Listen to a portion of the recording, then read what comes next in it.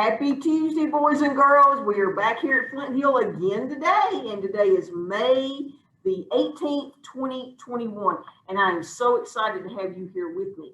I'm going to run through the announcements really quickly. I know everyone is getting excited.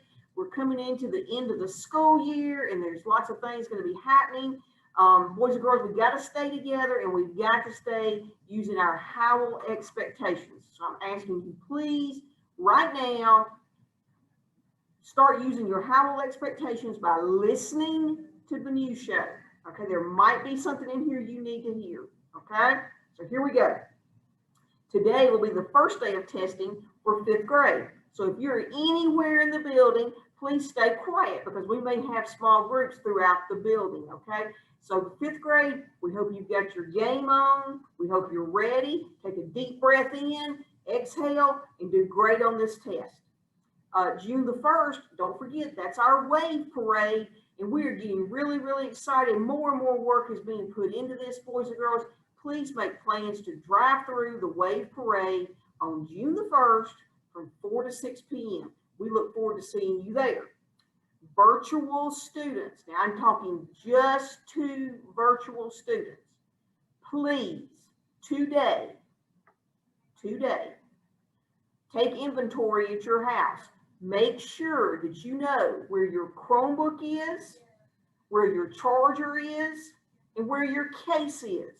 If you borrowed that from Flint Hill, you have to bring that back on either June the 2nd, the 3rd, or the 5th, okay? And the times are listed on our website, and you will bring them to Eastside High School on those 3 days to drop them back off. If you borrowed a hotspot from us, please make sure you've got the case or the box, the device, and the charging cord, okay? We need all that. Go ahead today, make sure you've got everything, get it together because it's only this very short time where you're gonna have to turn that back into us, okay? So please do that for me today. If we have any parents listening, and students, go back and talk to your parents. We need help here at Flint Hill next year for our PTA, okay? So we need you to get ready to come, to have your parents or parents for you to come and help us make Flint Hill the best that it can be. You can contact our new principal for next year, Miss Kelly Walker. She's looking for as many names and as many people that want to help us here at Flint Hill. We welcome you all. Summer camps around the county this summer. I'm going to name a few. If you're interested in them, you can go to the Newton County website and you'll find more information out about them. We have the Newton County School System Little Scholars Camp.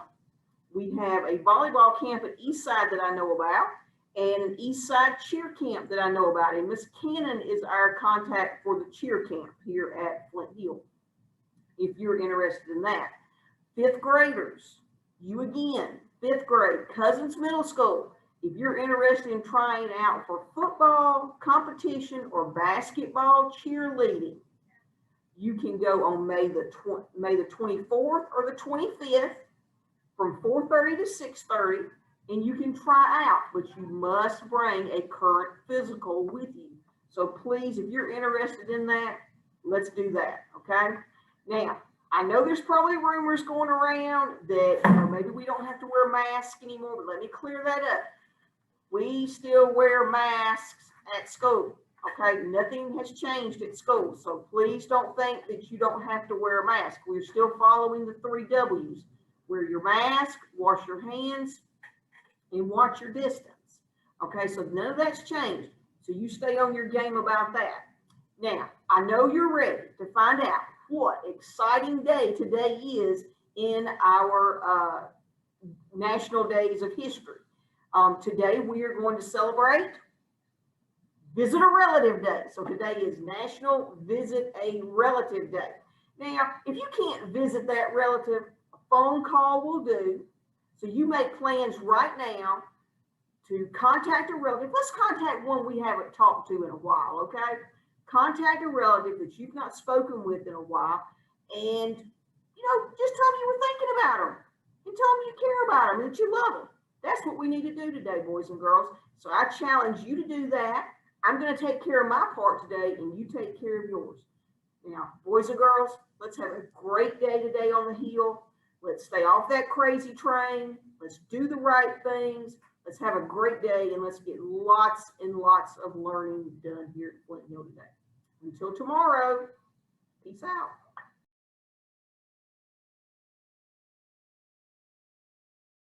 Chicken wing, hot dog and bologna, chicken and macaroni. Good morning, Wolfpack. It's Tuesday, May the 18th, and as our song told us, we will be having chicken wings today. We will be having chicken wings and garlic toast, crinkle cut fries, celery sticks and ranch dip, fruit cup, cookie, and of course your choice of milk. Enjoy your chicken wings. Chicken wing, hot dog and bologna, chicken and macaroni.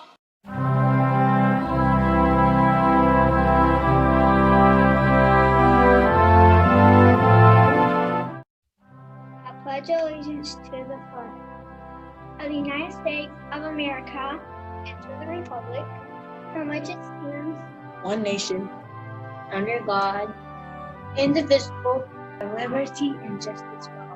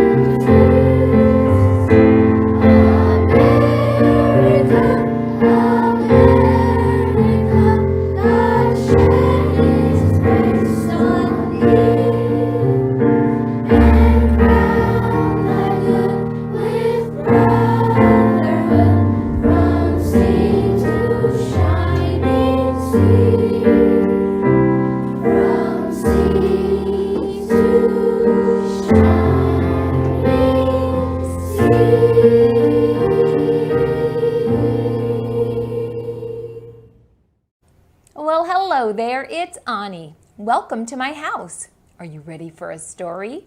Today we're going to read The Relatives Came. If you have a copy, go get it so you can read along with me. Ani's house! The Relatives Came by Cynthia Ryland, illustrated by Stephen Gammell. It was the summer of the year when the relatives came. They came up from Virginia. They left when their grapes were nearly purple enough to pick, but not quite.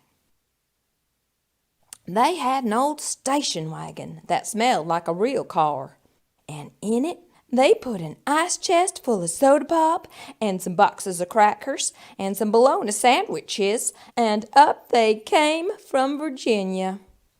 They left at 4 in the morning when it was still dark, before even the birds were awake. They drove all day long and into the night, and while they traveled along, they looked at the strange houses and different mountains, and they thought about their almost purple grapes back home. They thought about Virginia, but they thought about us too, waiting for them. So they drank up all their pop and ate up all their crackers and traveled up all those miles until finally they pulled into our yard. Then it was hugging time. Talk about hugging. Those relatives just passed us all around their car, pulling us up against their wrinkled Virginia clothes, crying sometimes. They hugged us for hours. Then it was into the house and so much laughing and shining faces and hugging in the doorways. You'd have to go through at least 4 different hugs to get from the kitchen to the front room. Those relatives. And finally, after a big supper, 2 or 3 times around until we all got a turn at the table, there was quiet talk, and we were in 2s and 3s through the house. The relatives weren't particular about beds, which was good since there weren't any extras, so a few squeezed in with us and the rest slept on the floor, some with their arms thrown over the closest person, or some with an arm across one person and a leg across another. It was different going to sleep with all that new breathing in the house. The relatives stayed for weeks and weeks. They helped us tend the garden, and they fixed any broken things they could find. They ate up all our strawberries and melons, then promised we could eat up all their grapes and peaches when we came to Virginia. But none of us thought about Virginia much.